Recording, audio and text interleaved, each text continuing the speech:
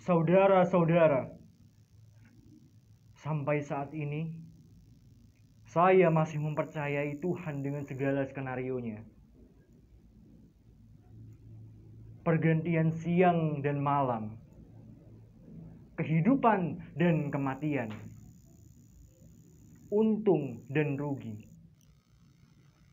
marah dan cinta.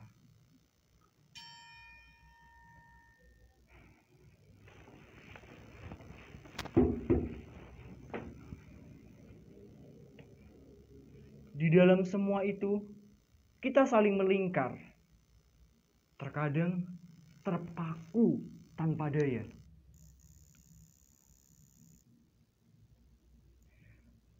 Kemudian, dalam berbagai untayan kisah itu, kita mengalami berbagai rasa. Berbagai rasa yang kemudian menjelma setipis benang kusut. Butuh kesabaran untuk mengurainya. Dan tatkala kesabaran itu semakin menipis dan akhirnya sama sekali sirna, adakah orang lain yang ingin membantu kita? Adakah orang lain yang ingin menawarkan pertolongan? Memberikan kesejukan pada pikiran dan juga perasaan. Sesungguhnya sangat berat, teramat berat bagi saya untuk berkisah soal hal ini. Kisah yang saya sebut sebagai episode daun kering.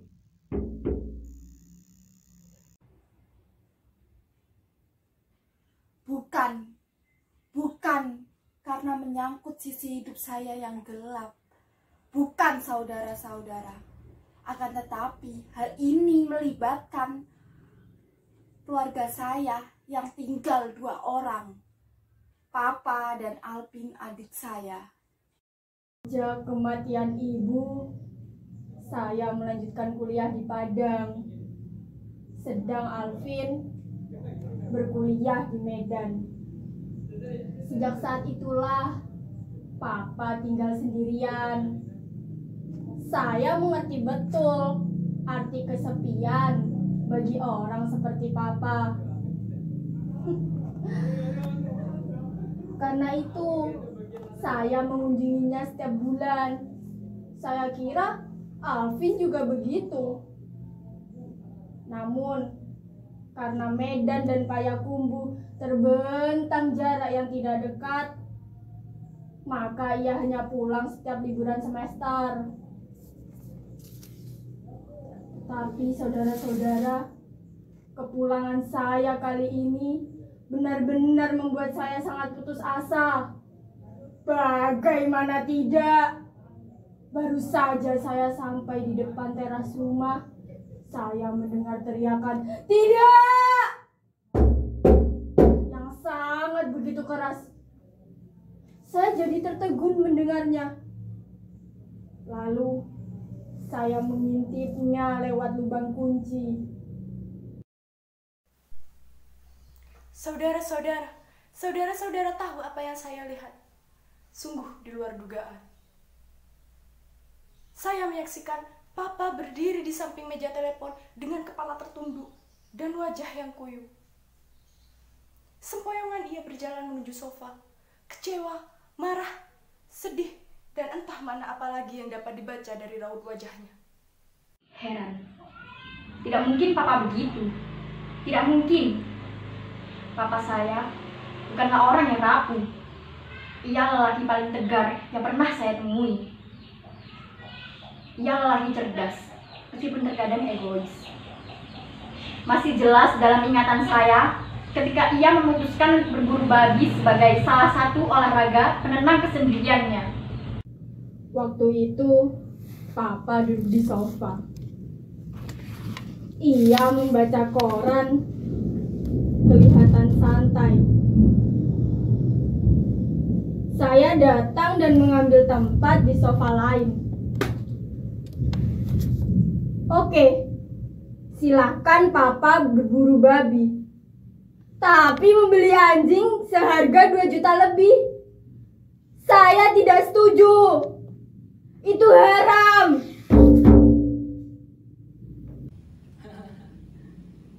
Jika tidak dibeli, Papa dapat dari mana anjing itu? Mana ada anjing kura bisa buru babi? Atau anjing jadi-jadian yang dibagikan secara gratis?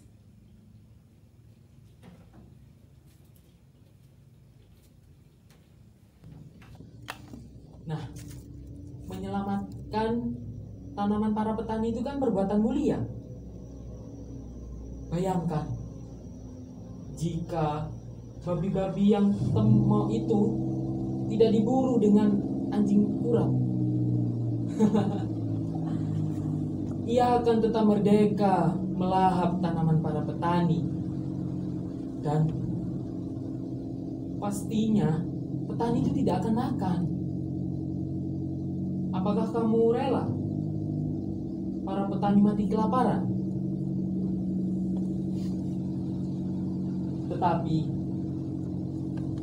Tuhan tidak pernah menghalalkan sesuatu dari yang haram.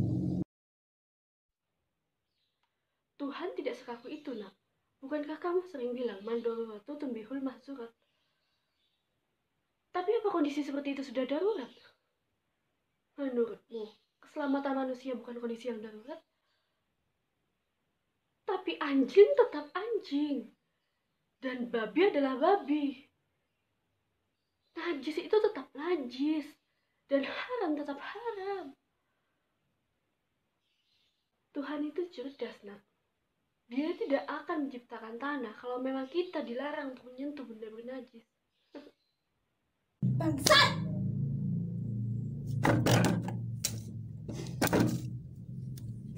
Banyak sekali alasan Papa untuk membenarkan keinginan dan perbuatannya. Nah, saudara-saudara, bukankah apa yang saya saksikan di rumah tadi? Ini tidak masuk akal. Apalagi setelah itu saya lihat Papa menangis.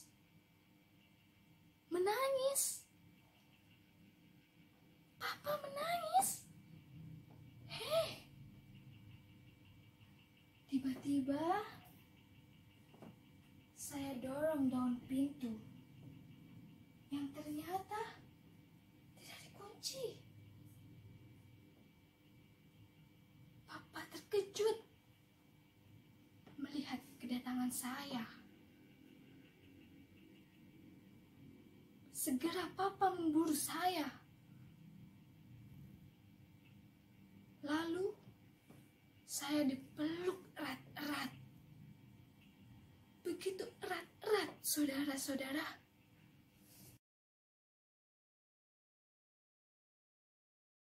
Dalam pelukan saya, Papa tiba-tiba menangis. Saya terkikuk. Setelah agak lama, Papa saya ajak duduk di sofa. Lalu saya tinggalkan Papa di sofa untuk mengambil segelas air.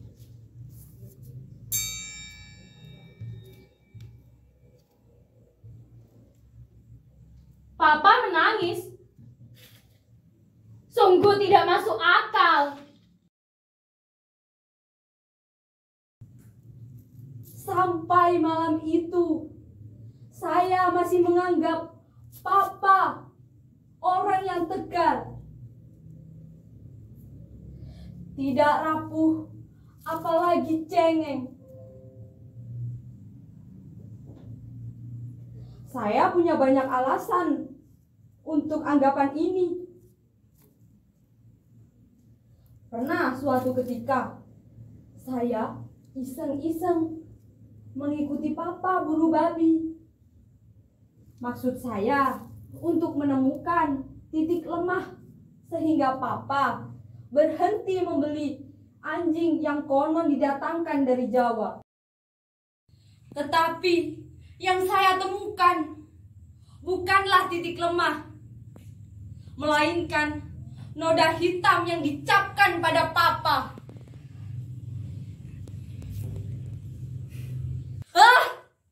Tidak tahu lagi saya mengatakan apa untuk bagian ini.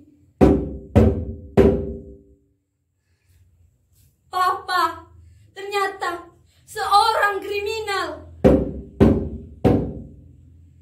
Di hutan itu, ia menanam ganja. Dan guru babi rupanya hanya kedok untuk mengelabui saya. Ketika itu, saya ingin berlari ke tempat tak bernama dan entah di mana. Saya bingung, tetapi darah muda saya berkata lain. Lawan! Ya, saya mesti melawan. Saya ambil beberapa helai daun jahanam yang tengah dijemur oleh anak buah papa untuk saya linting. Saya kemudian mencari papa. Saya temukan papa yang sedang merintih kesakitan. Katanya diseruduk babi hutan. Ia hanya merintih, tetapi tidak menangis. Rasa iba tiba-tiba menjalar ke dalam diri saya. Namun rasa benci telah meruang. Iba tiba-tiba telah terhalau oleh rasa benci. Seperti tidak terjadi apa-apa. Saya menyalakan lintingan.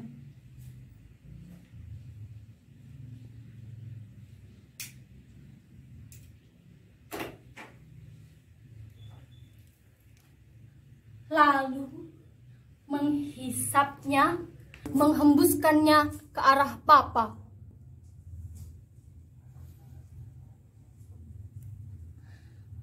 Papa mencari-cari bau, lalu menampar keras kepada pipi saya. Buang! Buang kataku! Aku menanam ganja-ganja itu bukan untuk anak-anakku, melainkan untuk anak-anak orang lain. Aku hanya membutuhkan uang untuk anak-anakku. Aku bangga jadi anak orang yang tidak memikirkan anak-anak orang lain. Aku bangga, Pak.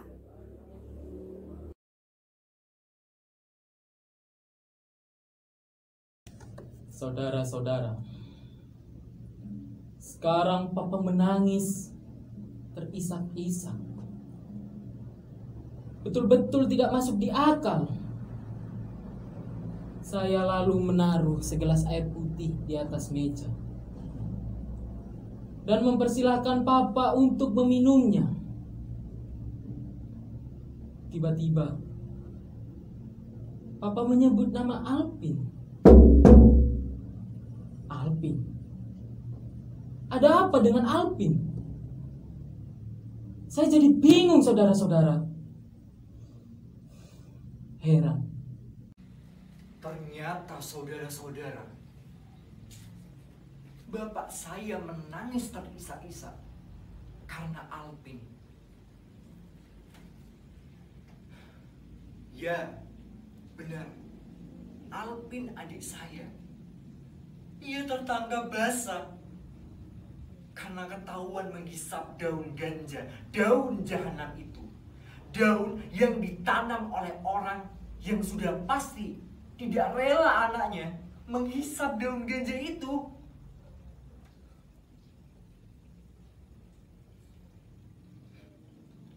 Lantas saudara-saudara, pada saat itu juga saya langsung mengambil ransel saya dan bergerak ke arah pintu rumah.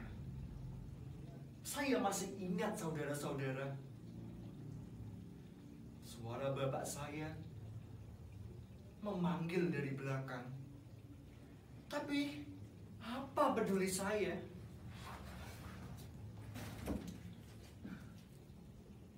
Saya sudah muak. Benar-benar muak.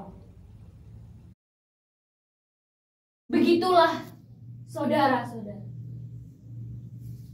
Malam itu juga saya memutuskan kembali ke Padang. Saya juga putuskan saya tidak akan bertemu lagi dengan Papa. Bayangkan saja, Papa melakukan tindakan kriminal seperti itu. Saya tidak akan ketemu lagi dengan Papa. Mungkin sebab saya masih mempercayai Tuhan dan segala skenario.